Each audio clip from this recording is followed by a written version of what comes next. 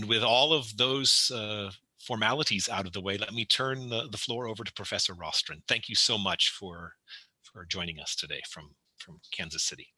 You are welcome. Thank you for having me. It's nice to speak to you all about this. I've been dealing with law review submissions myself as a writer for quite a few years, maybe going back 20, maybe even before I was a professor, somewhat longer than that.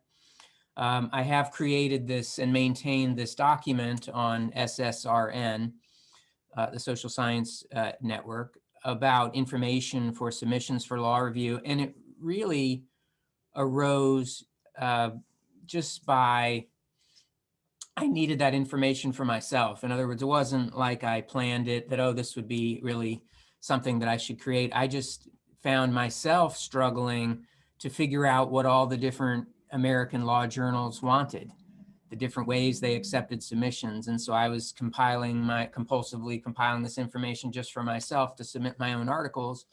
And then someone suggested to me, oh, this actually, you're doing all this work anyway, it might be helpful to others. You could put it out there and as a bit of a service to others. So it's been around now for a pretty long time and gets updated a couple times a year. I also serve as a faculty advisor for our law review here at the school I work at. So that's another perspective that I've had on the law review or law journal process. So I'm happy to share with you some things I've learned about this system and answer questions. One of the first things I would say about law reviews in the United States is that there are a lot of them. To talk about precise numbers, there are about 200 law schools in the United States currently. There were a few that shut down in recent years, and there's always a few that open, but it's been hovering at around 200 law schools.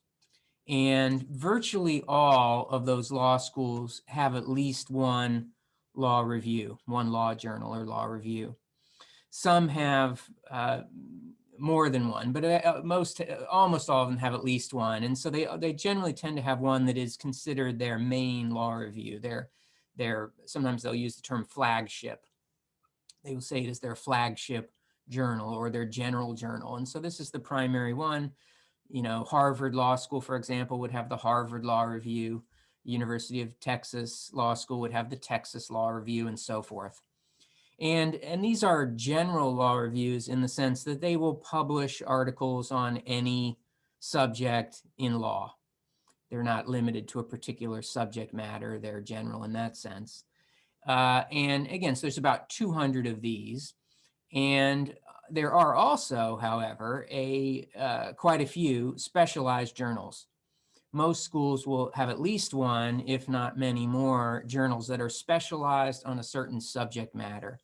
So you might have a journal of international law, or a journal of environmental law, or for tax law, or family law, or law and public policy, and so on. And some schools have quite a few of these. If they have a sufficiently large student body to maintain them, and if they have enough resources, I was just checking a few just to see examples of it. Harvard, it looks like at this point has about 15 journals. So again, it's a very big law school and one with a lot of resources. Columbia has 11 different journals. Georgetown University in Washington, D.C. has 10 journals. And some schools may just have, one or two or three, but altogether it really adds up to a lot. I think altogether there are, as I said, 200 general law journals, the main law journals of the schools, and then over 600 others, once you count all of these specialized journals, for a total of probably somewhere about 850 law journals altogether in the United States. Another thing to realize about them, in addition to there being many law journals, is that they are extremely hierarchical. In other words, it's very stratified. There's a spectrum all the way from the journals that are the most elite and highly regarded, the most famous, considered the best in some sense journals, on down through a hierarchy or system ranking of journals from the very top to the lower tiers of the journals. So you have the top ranking journals that everyone is familiar with, things again like Harvard and Yale and Stanford that are, they publish articles. It's the most competitive to have articles in them. They publish articles that are considered in some sense to be the best or most important work, generally published by people who are already considered to be the best or most important scholars. Sometimes, of course, you have a new person who breaks through and has their work published there, but often it is a small set of the most elite, legal scholars that are out there. And so everyone in general would love to have their work published in the higher ranking journals. And so it does make it very competitive to place work in them. I get a sense, sometimes they'll put information on their websites that in general numbers will indicate how many submissions they receive, and it's definitely in the thousands every year. So these journals that are in the top 10 or the top 20 would receive at least 2,000 submissions a year, but probably more like 3,000 or 4,000 submissions. And they publish, it varies how many issues they publish. Some journals do 2, some do 4, some do 8, etc. But even a journal that's publishing a lot of articles, I mean, they're going to be publishing, maybe 20 articles a year or something like that. And again, that's going to be out of several thousand submissions, manuscripts that are submitted to them. So it is a very small portion of the articles that they will be publishing. And even the odds of, just to be realistic about it, even the odds of publishing in a journal that's that's somewhat in the top 10 or the top 20 or 25 or 30, it's still very, very competitive, still highly competitive. They receive very, very large number of submissions, and they, only publish a small fraction of them. As you move further down through the ranking system and in sort of the middle tiers of it, it becomes easier to place an article, this in terms of the supply and the demand and that sort of thing. And to be honest about it, as you get down to the lowest tiers of the journals, and they're fine journals, they're just in the hierarchy of things, they would be the lower ranking ones. It's, in some sense, the situation flips the other way. To some extent, I think some of them really, because there are so many journals, some of them I think really struggle to find good content. So it's really sort of like at the high end, it is definitely the journals have no trouble. Everybody wants to publish their work in the Harvard Law Review and that sort of thing. At the other end of the spectrum, it's the other way. The good articles tend to have been taken already by the higher ranking journals. And so by the time you get down to some of those levels, they really need content and may sometimes struggle to get it. So that's one factor sort of to consider. It's, for you and for us over here, you sort of have to decide how much you care about where your article is published within this hierarchy. There are some professors in law schools in the United States who are under a lot of pressure at their school where they work to publish in very high-ranking journals. There are some, just depending on the nature of the school, there are places where they really won't get credit unless for their work, unless it's in a sufficiently prestigious journal that is ranked, highly enough, what their school would consider to be highly ranked enough. Or there may be financial incentives as well. Sometimes I think schools will, incentivize their faculty with compensation if their articles are published in a sufficiently high-ranking journal. There's other people who don't care. I'm at the point in my career, I don't really care too much about it. I'm old and have tenure and that sort of thing. And there's nothing I can be further promoted to be. So it doesn't really matter a whole lot to me. But even so, it's nice just for the sake of feeling that you've accomplished something. It's nice to have something published in a higher ranking journal. For people outside the United States, I don't know. I mean, you probably all have a better sense of that, of how significant that sort of is. I could imagine maybe in some ways, there might be less familiarity with the subtleties of the different American schools and how their journals rank. And so it might, maybe in some sense, there's less focus on that. But I think sometimes it actually increases the focus on that. I know, I've talked to some people, for example, from China, and they said, oh, it's just, they're very focused on rankings and that sort of prestige status over there. In part, yeah, they're not as familiar with all the American schools, but so they tend to just go by what they see in a ranking system. And so the higher, the better. And that is a really significant thing to be in the top 50 or top whatever it may be.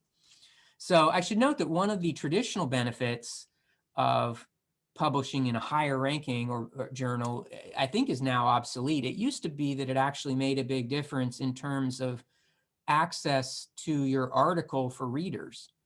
You know, within the United States, before the introduction of computerization and the electronic availability of articles, it actually made a big difference how big the circulation of the journal was.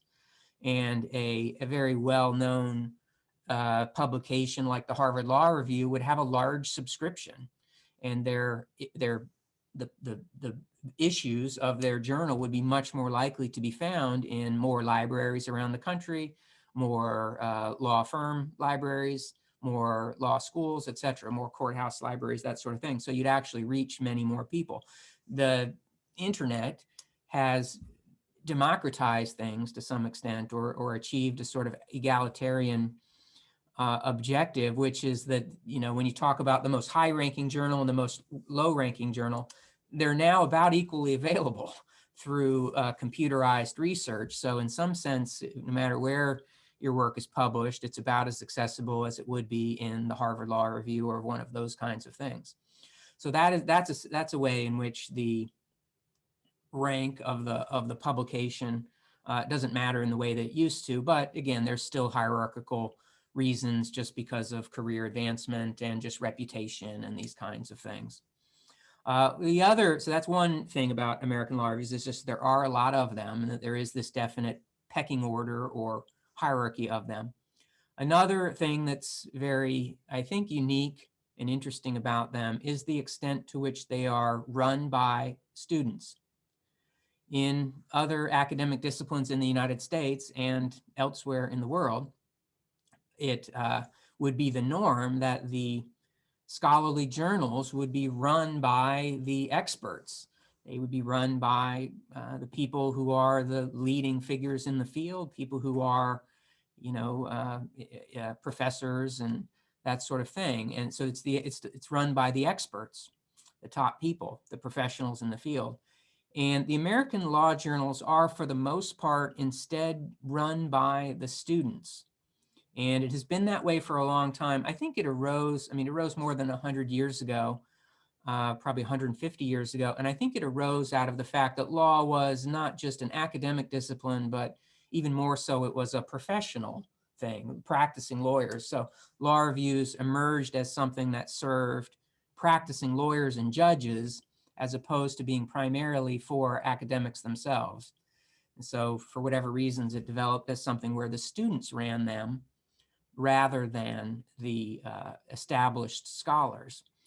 And when I say it's the law students, it's relatively new law students. It's not even like it's sort of an advanced set of students who are beyond the normal law school, who are seeking advanced degrees like an LLM or a doctorate, an SJD, that sort of thing. It's not even those most advanced students doing, you know, postgraduate fellowships or that sort of thing. It's just plain, ordinary American law students. And usually the key positions at the journals would be third-year students who are, you know, at the top of the furthest into law school. But a lot of the actual work is being done by students who are second-year students or even first-year students. So they may be just a few months into law school. And typically, they have not previously studied law. This is in the United States, they're generally not doing undergraduate degrees in law.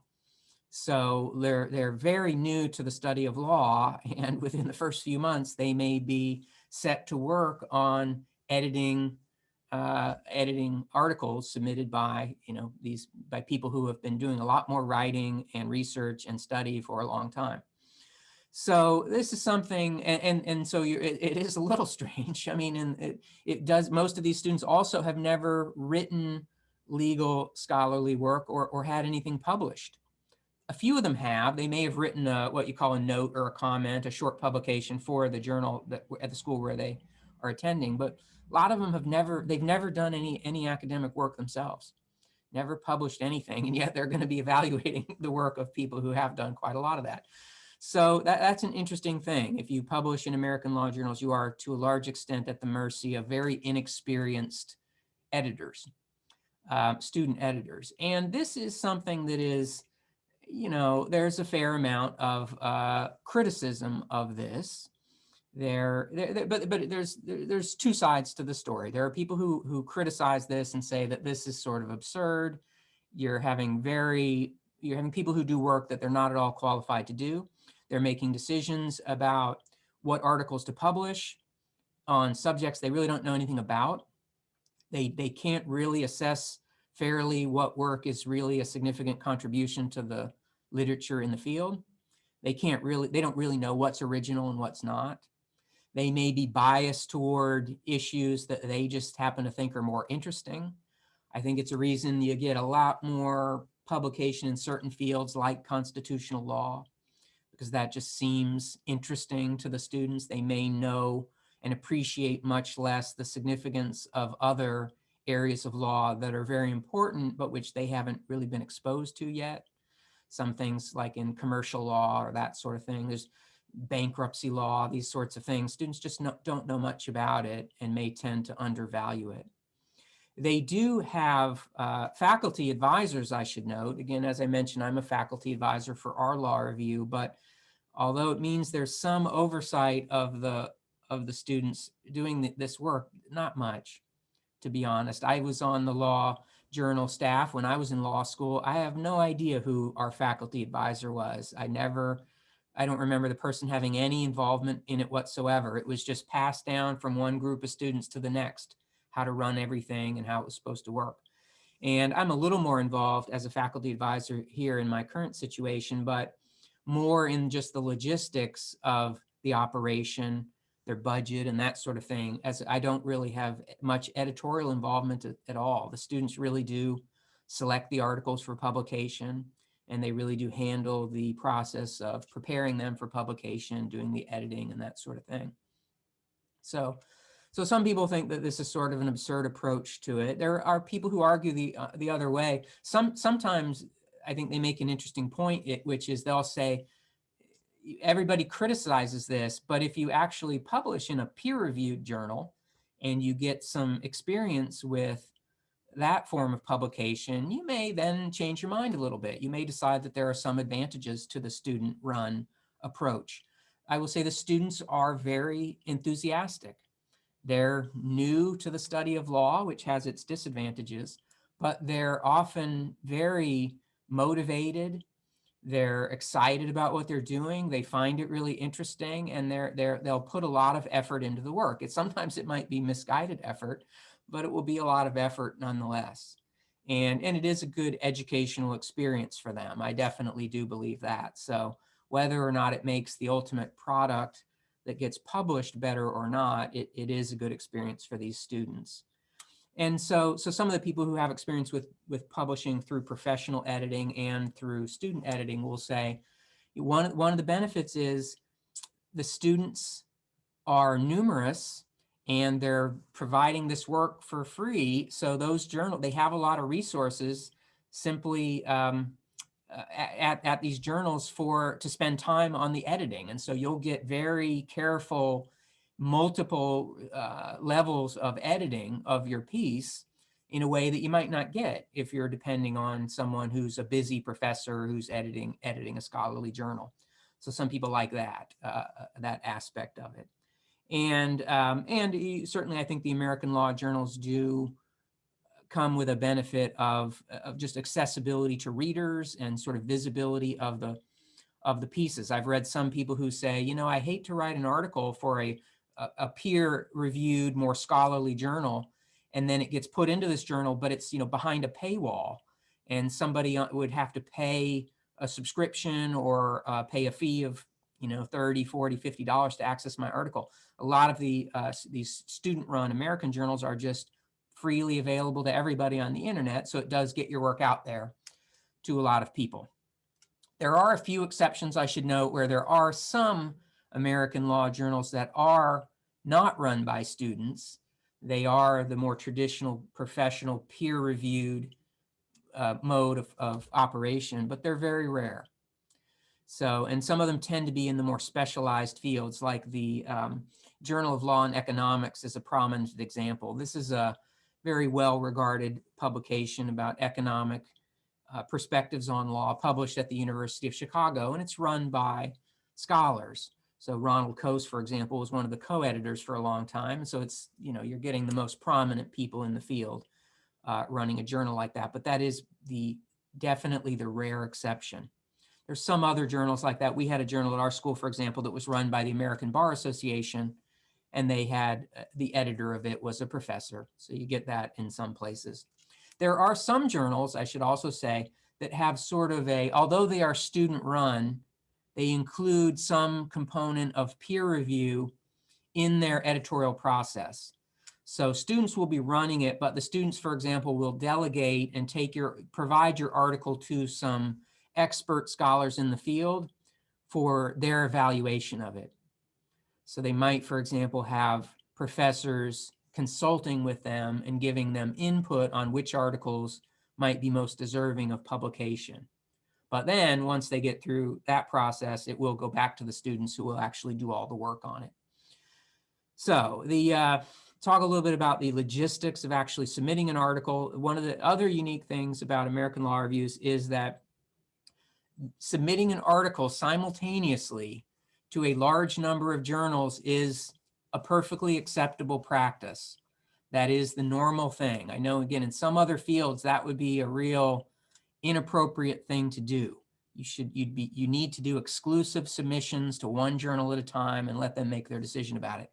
Not so with American law journals. It is perfectly fine to send your article to 10 or 50 or 100 law journals simultaneously. You're welcome to send it to as many journals as you want to send it to.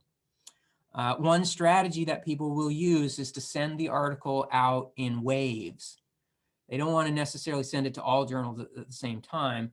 They sort of, again, in part, trying to maximize their chances of placing the article as highly as possible. You might send your article out and send it to a first wave, for example, of 20 law reviews. Maybe the 20 law reviews that are the best, that you're the most interested in. Give them a chance to sort of get going on it first. Give them a head start. Then send out another wave to the next set of law journals, and then eventually another wave. And to some extent, you're just sort of expanding the pool in hopes that eventually somebody will accept the article and decide that they want to publish it. This then leads to what I think is this is my least favorite part of the process, which is that it is a common strategy is to try to get an offer of publication from someone, and then you use that offer of publication to try to trade up or obtain more offers of publication from a better law journal. So for example, let's say you sent out your article let's say you sent it out to the top 50, what you consider to be the top 50 law journals in the United States. And let's say you wait a while and you get an offer from one of them, and let's say it's ranked number 45. So you have an offer to publish your article in the number 45 journal. You don't have to accept the offer right away. You will say to them, how soon do you need thank you so much for your offer. That's wonderful. How soon do you need my decision? And typically they will give you about a week or maybe 2 weeks. Sometimes people will be aggressive and they'll ask for more time.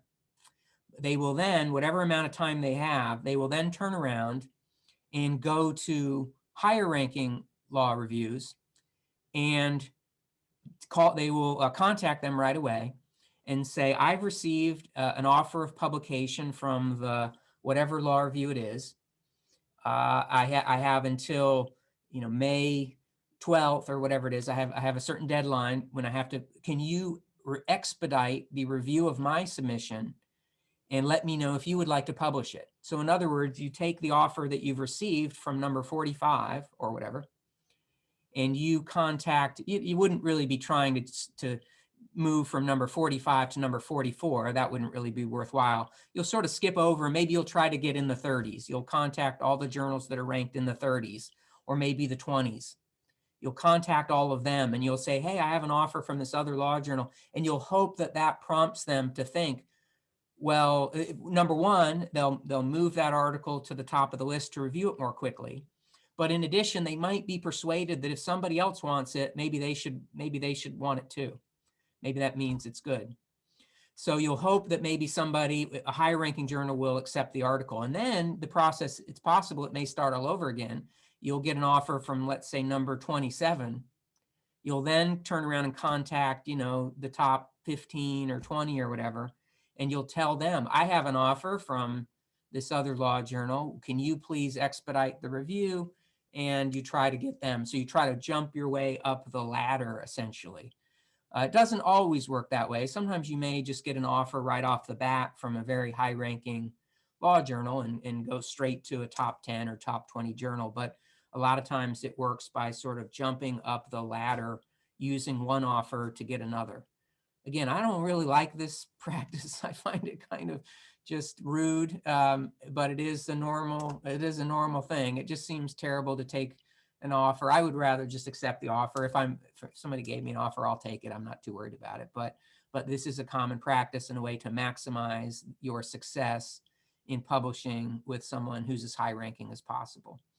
If you're going to worry about that kind of thing, if you're going to use that kind of approach, obviously one factor is you will need some way of ranking the journals. You'll need some way of figuring out which one is better, which one is the top 20 or the top 50 or whatever. And at least for the general law reviews, it really, the rankings for the journals really are essentially the same as the rankings for the schools. Yeah, so Alana asked, is there an official, unofficial ranking? Not really specifically of the journals themselves, but there are rankings of the law schools. So in the most prominent one is U.S. News and World Report, which is a magazine that doesn't even exist anymore, but they continue to do these rankings of the universities. So in Yale Law School's number 1, and Stanford and Harvard, et cetera, all the way down through the other 200 law schools. And for the most part, the ranking of the journal corresponds to the ranking of the school. Not perfectly. There's times when there's a journal that is, for example, I've always thought Fordham Law School is a school in New York City. It's just known as having a very good law journal. It's probably higher ranked than the school itself. And there may be a few other situations where it's the other way around, where you'll have a school that is ranked more highly than maybe its academic reputation for various reasons. It may just be that it's at a big university, for example, but the law school is relatively new and not ranked that high. So anyway, but for the most part, you can go by the rankings of the school. And Professor Miller's posted something which is very interesting. It's from Washington and Lee University, where he's been, where they go through and they rank the law reviews by citations. So they'll actually look and see, how their articles, are they being cited? Are they being cited by other scholars and by other courts, and by how much of an impact it's having in that sense. So that's a good way too. Our SSRN document that is posted there, that sort of incorporates some of that Washington and Lee information as well. So you have the U.S. News data and you have the citation information as well. I think where it gets difficult is how do you compare the prestige or the ranking of one of the specialized journals? It's harder to know how to compare that to all other things being equal. It's usually considered better to be published in a general law review. So for example, if you had a choice between the Harvard Law Review and the Harvard, for example, the Harvard Journal of Civil Rights and Civil Liberties is very good, but if as opposed to the Harvard Law Review itself, the general one, you'd take the general one. Or the Texas Law Review is better than the Texas, Review of International Law or whatever. The Vanderbilt Law Review is better than the Vanderbilt Journal of International Law. But it's harder when you have a special from their two different schools. And for example, how would you compare the Yale Journal on International Law to the George Washington Law Review? It's just, one is general, Yale is a higher ranking school. It's a more famous school, but on the other hand, it's the secondary journal, not the primary journal. So how do you compare that? I think that's where it becomes very difficult. It might just depend on your preferences. Do you like to have the famous name on there of the big name school, or do you care less about that? Do you, how do you feel about having it in a specialized journal, like one on international law or corporate law or whatever? So, so I think that's sort of a difficulty. To say a bit about the logistics of actually submitting an article, there are a couple of ways to do it. There is an online platform that you will almost certainly use to some extent. It is called Scholastica, and many law journals are using it to receive and to manage their submissions. It's basically a website. I think it's used by now by about 600 of the law reviews. You sign up for it, you upload your article to it, and then you can make the article available to the law reviews through this website. And they can use it to access your article and make their decisions and communicate with you. It's certainly a good deal for Scholastica is a good deal for the law journals because it's free for them to use. And it's a nice technology. It does organize, they don't have to worry about keeping track of all the articles and that sort of thing. It really organizes them in a nice, manageable way. It is paid for by the authors. So when I write an article or you write an article and you submit it, you basically pay for this service. It currently costs $6.50 per submission. So if you have an article and you want to submit it to 10 journals, for example, that would cost $65. If you want to do 100 submissions, it's going to cost you $650. So it is somewhat, I don't know, it seems a little bit expensive to me. It is certainly a cost to consider. Most US law schools have an institutional account set up. So for example, if I'm going to submit an article, they'll bill it directly to the school that I work for, but they still pay the same price. They pay $6.50 for every submission that I make. So, you know, if you want to get your work published, it's a cost of doing so, but it's something to consider. There used to be so that is, again, it's called Scholastica. There used to be another service which actually came along earlier. It had been around for about 20 years. The technology, it was called Espresso. And the technology wasn't as good, but it was less expensive. It only cost about half as much. It was only like $3 per submission. But unfortunately, they just went out of business. They decided to shut down as of the end of March of this spring. So that Espresso is now gone, and it leaves only Scholastica that's essentially providing this function for the American Law Reviews. Again, Scholastica is very good from a technological standpoint. It is a little, in my view, it's a little bit expensive, and I worry now that they now have a monopoly.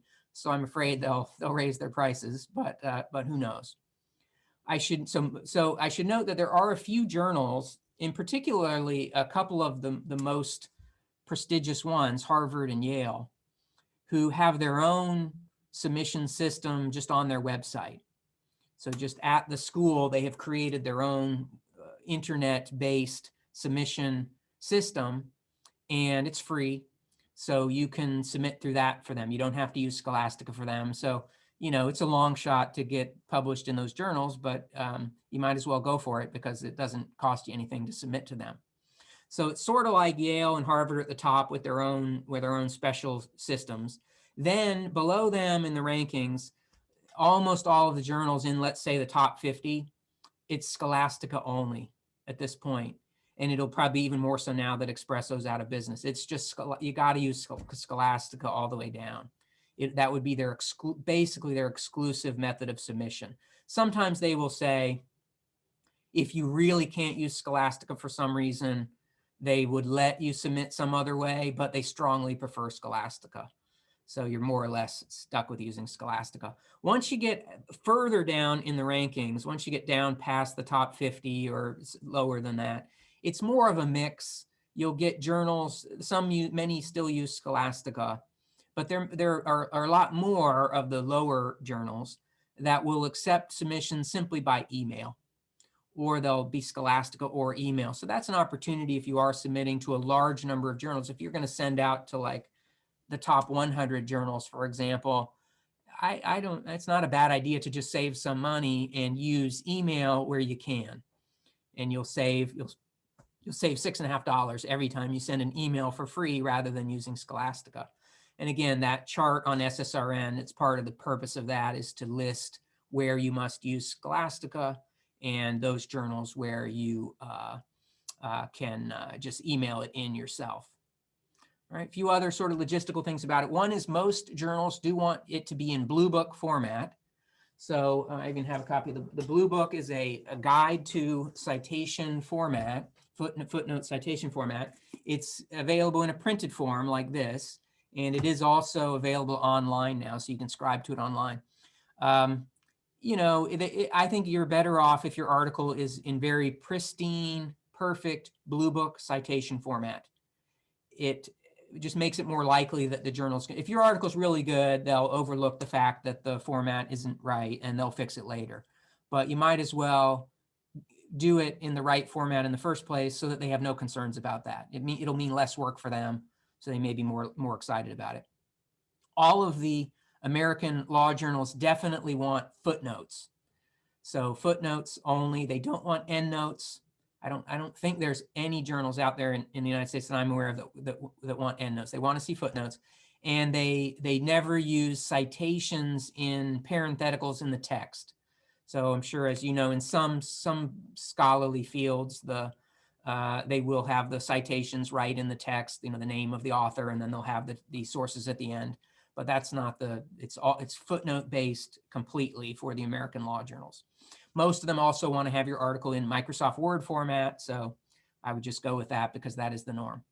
Another thing that's been an issue in recent years is the length of articles. Typical American law review article is going to be about 20,000 to 30,000 words, and that would be including everything in the footnotes. So all of the citations, everything in the footnote counts for that. A few years ago, now it's probably been 10 or 15 years, but some of the top journals got together and even put out a statement about this. They basically said, we are tired of getting submissions of articles that are just too long.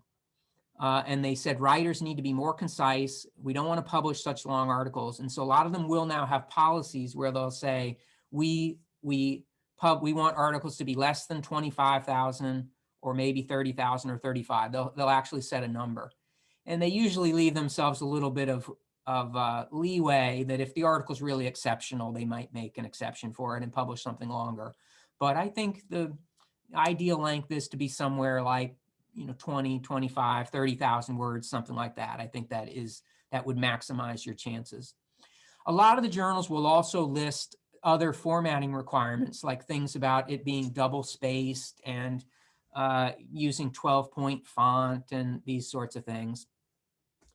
We list that on our SSRN document just in case you're interested in that stuff. But to tell you the truth, I don't pay attention to that stuff. My impression is the journals don't really care.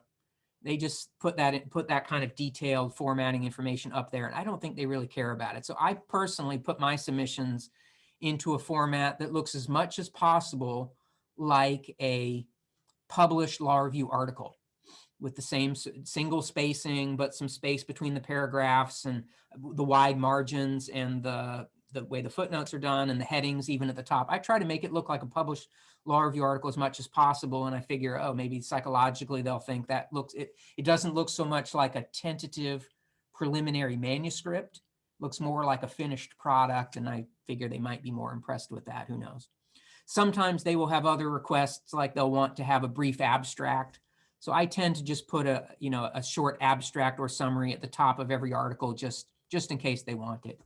I tend to put a table of contents as well, although that's not required. But again, I feel like that makes the article look as finished and polished or complete as possible.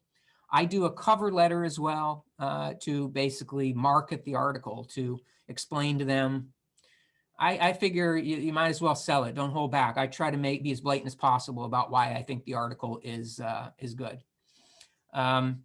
Most of the consideration of articles is not done in an anonymous way.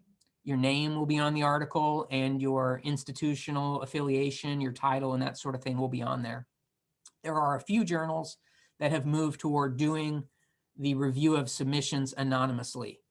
So Harvard is one, Stanford is one, Washington Law Review is one. There's just a few. So for those, you'll have to read the instructions, and you'll have to provide a copy of your article that removes your name and removes all identifying information so that they can review it anonymously. But again, that is the exception. Most schools don't do it that way. They'll know who you are, and to some extent they'll be influenced by the school that you're associated with and that sort of thing. Another really crucial issue to mention is timing. There are basically 2 periods or windows of time each year when law reviews are reviewing submissions. And so it's when almost all the submissions come in. One of them is a window of time in the early spring.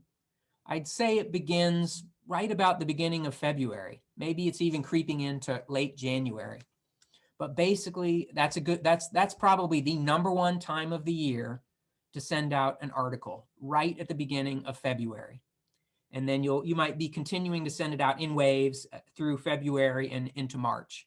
And you'll hopefully be getting, hearing back from journals sort of within that time frame, February, March, and maybe into sort of April, but really more like February and March. The second window of time would be the end of the summer.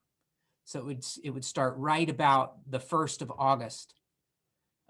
Students will be returning from their summer jobs when they've been away. They'll be coming back to school in the beginning of August, and they'll start reviewing submissions again.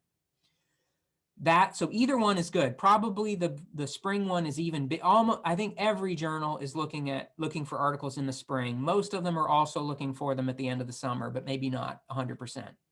So beginning of February is probably the #1 time, and beginning of August is the runner-up time. Outside of those windows of time, it's not normal to submit an article. You could give it a try. I mean, on the one hand, it's sort of supply and demand. There wouldn't be a lot of other articles coming in because it would be unconventional to just send an article in like November, for example, or June. Would be so unconventional. There may be nobody looking at it. The reviews may just not be reading it. On the other hand, if they happen to be reading it, they won't be getting a lot of submissions, so yours might stand out. I guess it's possible, so you never know. But at least the standard approach is to send it in those very set periods of time, February and August, basically. Most American law journals are continuing to print their issues. They are maintaining the tradition of being a print journal, even though they're also available online. But there are some that are moving to being online only. And in the future, I don't know why they all don't just go to being online only, but so some have shifted that way.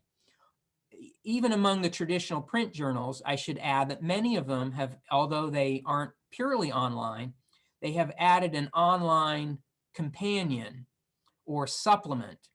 So they essentially are like running more than one publication. So for example, the Yale Law Journal has the traditional Yale Law Journal itself, comes out like 8 issues per year, and it still does get printed as well as being put online.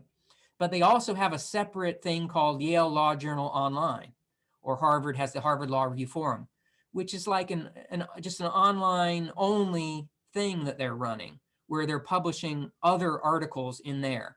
Tends to be shorter articles, more of an essay, maybe not quite as thoroughly researched and footnoted, more of an essay type of thing, and maybe something where it's more timely. They can get it up there quicker if they're just putting it in their online forum, their online companion.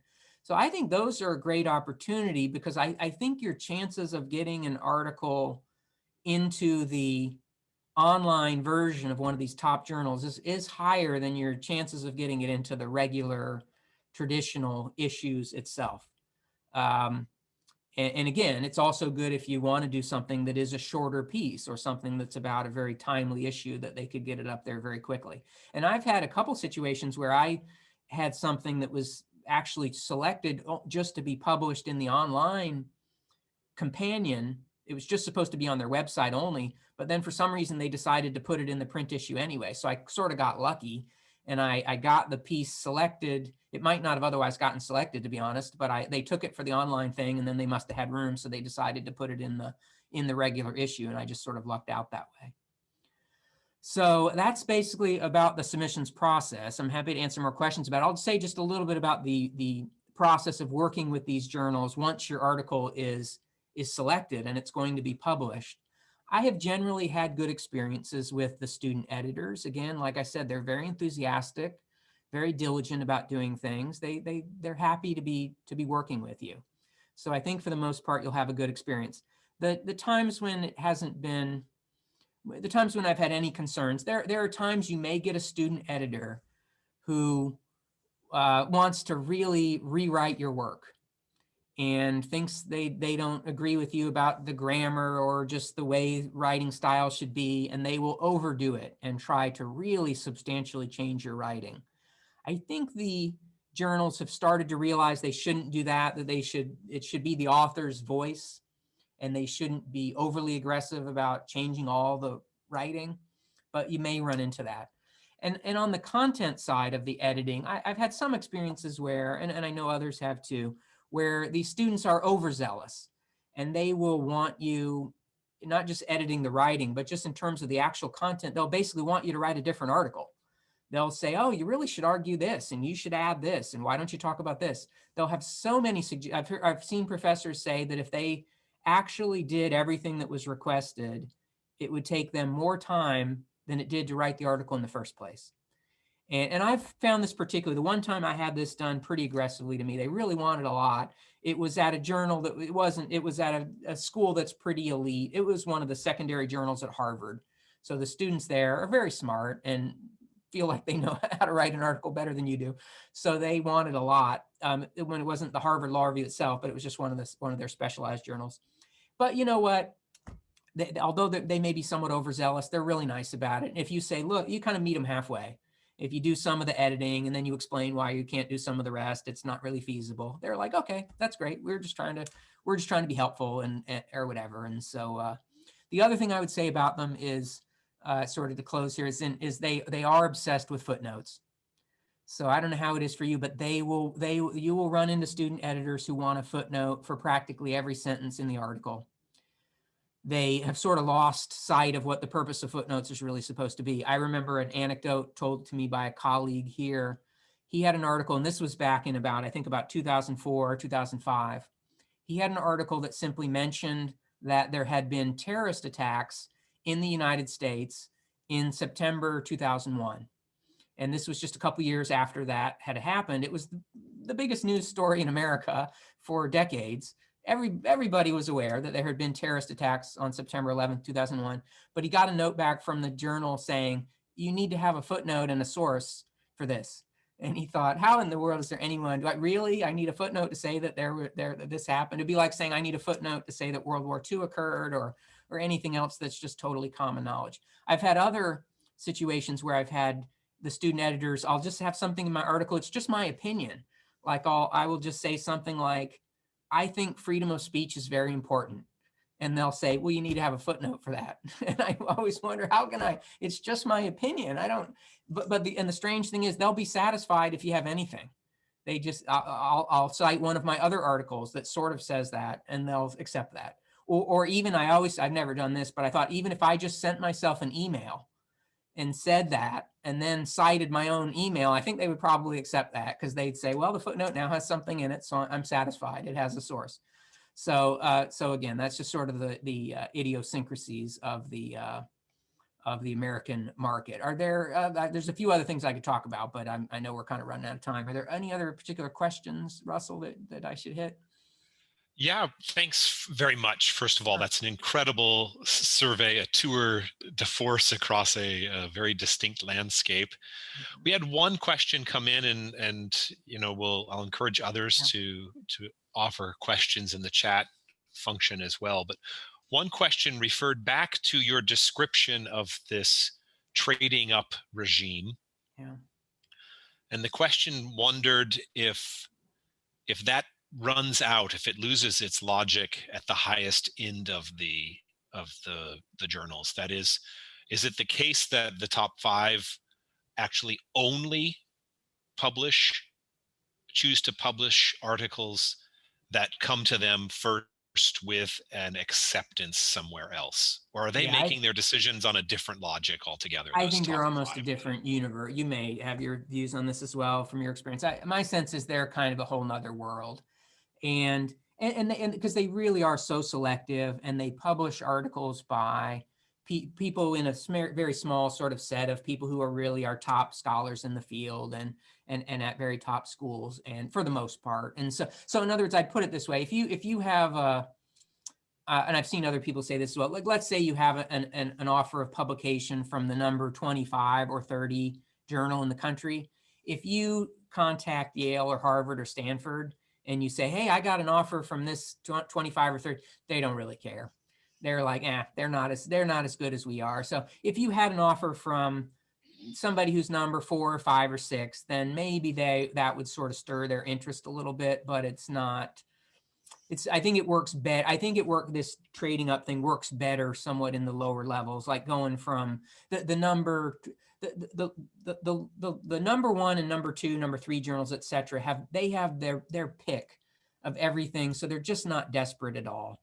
They really can get whatever they want. But as you move down, it shifts. And so the number 20 journal has to be a little more nimble and aggressive and make sure they get good articles. So they might be more impressed by, oh, well, it's in the number 25, so we should take it as well. So yes, it kind of works for a while, and then I think it does kind of burn itself out. Once you're trying to, the other thing is, I should add, is this, theoretically, you could do this all the way up the ladder, but you may be shut down at some point by the journals know you're doing this, and it doesn't really benefit them to give you more time. So they will say, if we'll agree to do an expedited review of your article, but if we do so, we're not going to give you more time to do it to us, to do the same thing to us. So like, we'll review your article in the next week, and we'll give you an offer. But if we do, the offer's only going to be good for 1 day. They, in other words, they're willing to engage in this practice and steal an article from somebody else, but they don't want it stolen then from them. So they'll kind of cut you off. And so you manage to move up once or twice, but that'll be about it. Another one of the pressures that operates there is simple metaphysics, I would say, that it's a game of space and time. And the longer your trading up exercise takes, the other journals that you may aspire to publish in are filling in the available space in the volume. Yeah, that's why it's. So the longer it takes you to work your way up the food chain, so to speak, the less publication opportunities there are. And so it's a strange contest against time and space and hierarchy.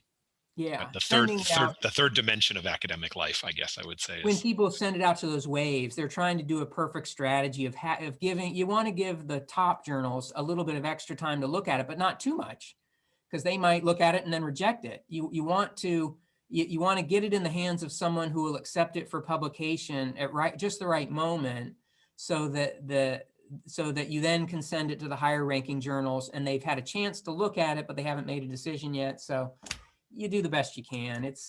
There's a certain amount of guesswork and that sort of thing involved. Hey, we have a couple of other questions coming in. Richard, maybe you could just let us know where you are in the Max Planck universe or network, and then go ahead and pose your question. Sure. Thanks, Russell, for organizing this. My name is Richard Dürn. I'm working at the Max Planck Institute in Heidelberg. That's the International Law Institute, and I also studied in the United States for a year. Thanks also, Professor Rostron, for sharing your insights with us. So I was wondering about to which extent doctrinal work really has a chance of featuring in the American law journals. One often reads, especially in Germany, but also elsewhere, that doctrinal scholarship is not so popular in the United States, and that was also my impression when I was there. So my first question to you would be whether you know of any statistical work which shows that this is true, or which shows that this is not true, and second, what your personal opinion on that would be. Thanks. Yeah, I don't know of any specific data or that sort of thing about it. I do think it's interesting because there are, a mixture of conflicting perceptions about this. On the one hand, one of the primary criticisms of American law journals is that they're too theoretical, that they're the sort of the ivory tower idea, that they're publishing these abstract, doctrinal, theoretical works that don't really have particular relevance for practicing lawyers and that sort of thing.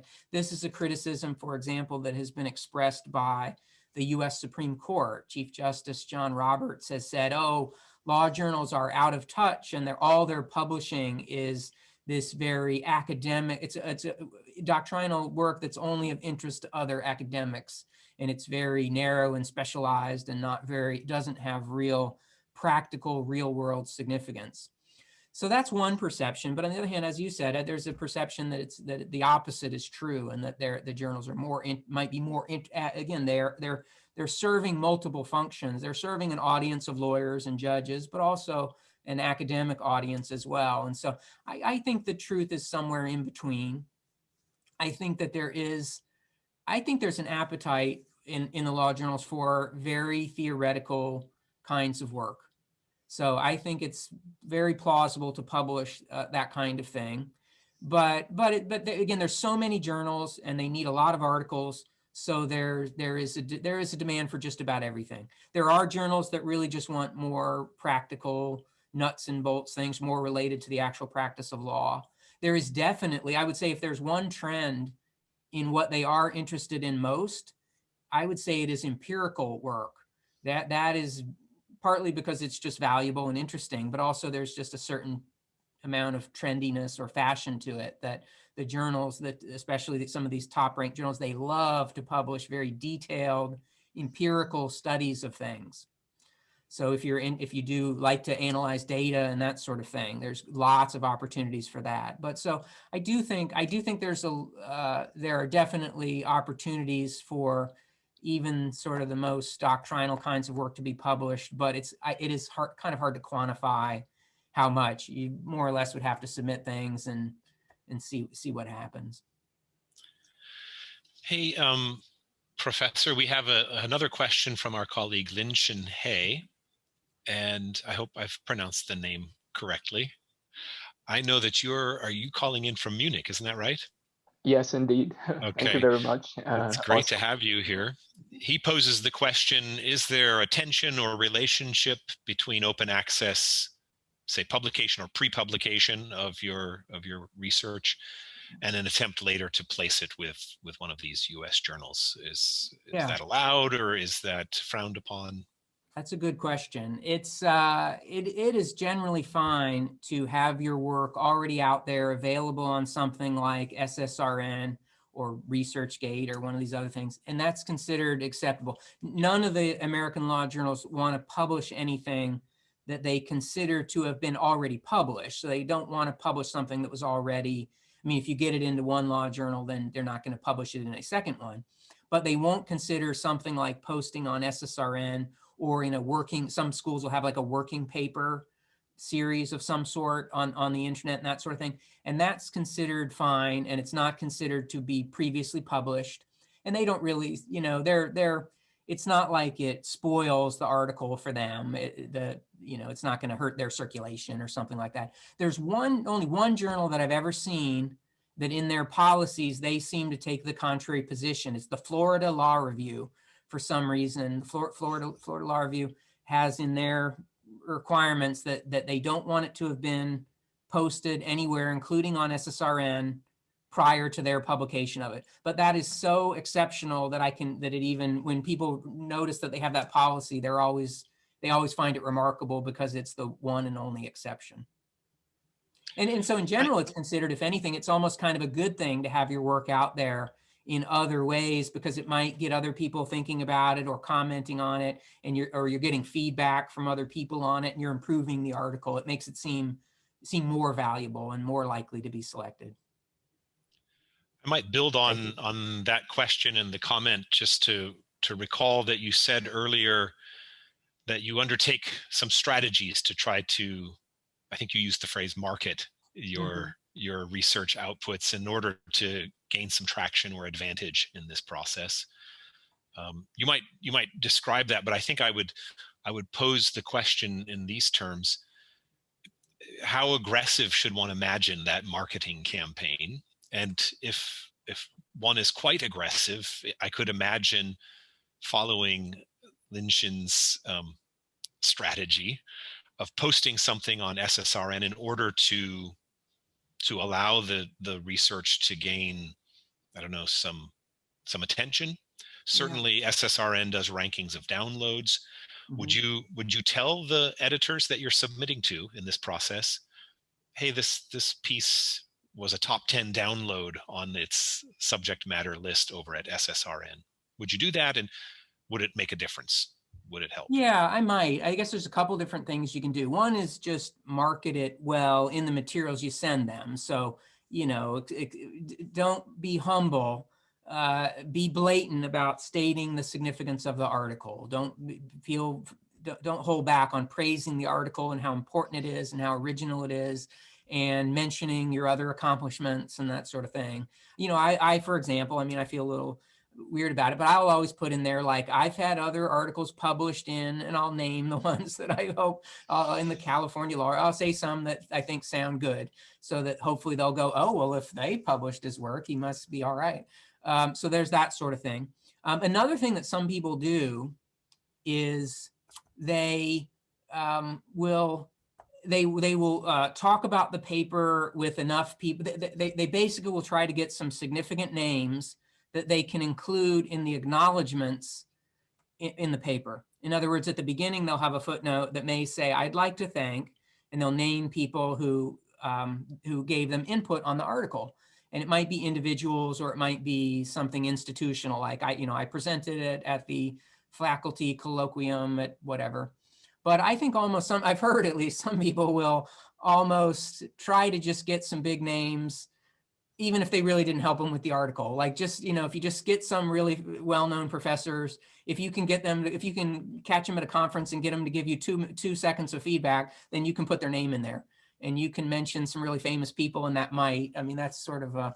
that's an example, I think, of an aggressive sort of strategy. But if you it's stretching it if they didn't really give you any feedback. If you just list, oh, Richard Posner helped me, and whatever, if you just list a bunch of names. But if you really actually work with people who are well known, that's great. Then it's honest, and you really can claim their input on the article. And I do think that can make a big difference. If those editors see those names, the top people in a field, they'll be impressed by that. I think you could do other kinds of marketing. Like you said, you could try to get a lot of downloads on SSRN. If you are the kind of person who does social media, if you do like Twitter or that sort of thing, if you could tell them that this is an article that's been out there, certainly if you go to conferences and it's been discussed there and that sort of thing, I think all that kind of stuff would help. Well, we had Clara down in Freiburg in the queue. Thank you very much for this presentation. It was really informative. I have a question, more like an advice from your side for foreign publishers, so foreign authors. Like, most of us are not based in the US, and I guess also most of us do not deal with US law. So my question, would be if there is anything like any difference, for example, if major or more elitist reviews need a comparative aspect that also deals with the US, or empirical research done somewhere else, how it would be taken? Any kind of I think well, first, I think the journals are definitely open to publishing international and comparative subjects. I think I'm not an internationalist or international scholar, so my view may be limited, but I'll tell you what I think. I think it probably helps the journals, nevertheless, are probably somewhat, they have an American focus and just an American bias. And I suspect that it would help if your article has some connection to America. In other words, if it's an issue that's not purely a foreign one. it'd be somewhat harder to put an article in that is simply about, I'm going to write about the contract law in France, for example, and it's a really great article about it and it talks all about it. You'd be better off if you could somehow connect that to the United States and say that sheds light on something about either American law or at least international law that involves America. Not that they're completely chauvinistic or whatever about America, focusing on America, but to some extent, I think they kind of are. So you'd be better off. I do see articles out there that sometimes are purely about what's going on in a foreign country, but I think you'd be at an advantage if you could say this sheds light on what's going on in on issues for them, just because these are American students and that's what they understand and that's what their focus is going to be. Another issue you may run into to some extent, I will say there, I mentioned how there's the specialized journals. One of the good things is there are a lot of specialized journals about international law. And so in a way, that's a good thing. It creates a lot of opportunities for people from outside the United States to get their work published in these journals because, the Yale Journal of International Law and so on, and many others. It's probably one that I've never looked, but it's probably one of the most popular types of specialized journal would be international. So it means there's a lot of publication opportunities for articles about things going on in the rest of the world. One thing I have heard those scholars complain about, though, is that the presence of so many international journals, sometimes they feel undercuts their chances to get their work published in the general journals. In other words, they will write a really good article and they'll send it to, the Boston College Law Review or the NYU Law Review or whatever it may be. And that journal will actually pass the article on to the international journal at their school. And they'll just write back and say, oh, thanks for your article. We have an international journal at our school, so we gave it to them. And they'll consider it for publication in their journal. And so that kind of annoys the internationalists because they feel like they're not getting a fair chance to be considered for the main law journal. They may be relegated to some extent to this specialized secondary journal. But it depends how you feel about that. There are some people who are very happy to be published in the journals of international law, and they feel like their article might be seen by more people who actually care about it. And so they're perfectly happy with that. Let me add just one point of clarification. Professor Rostron has very accurately reported on the characterization of the journals from the US market. All the journals that publish material about international law as a subject or from foreign jurisdictions or about foreign jurisdictions are routinely treated as journals of international law. So you should not mistake the title of a journal as a journal focused on international law as being concerned exclusively with public or private international law as discrete disciplines. The title of those journals, say the Virginia Journal of International Law, is meant to signal, maybe we could call it the transnational law content or cosmopolitan law content, the research devoted to a global perspective on law, something like that. That's my sense. But he's accurately portrayed the journals are called journals of international law. So and they really mean it to cover international, what I would consider international, foreign, and comparative. Correct. Yeah. We had another question come in about sort of the fate of interdisciplinary research and researchers in this American market. Mahdi, have I fairly summarized your question, and could you say hi to us and let us know where you're joining the call from? Hi, thank you for your presentation, Professor. And also, I am from Max Planck Institute on Research for Collective Goods, and as it sounds, it's fairly interdisciplinary. So my question is that what's the fate, exactly as Rostron said, what's the fate of the interdisciplinary researchers in this market?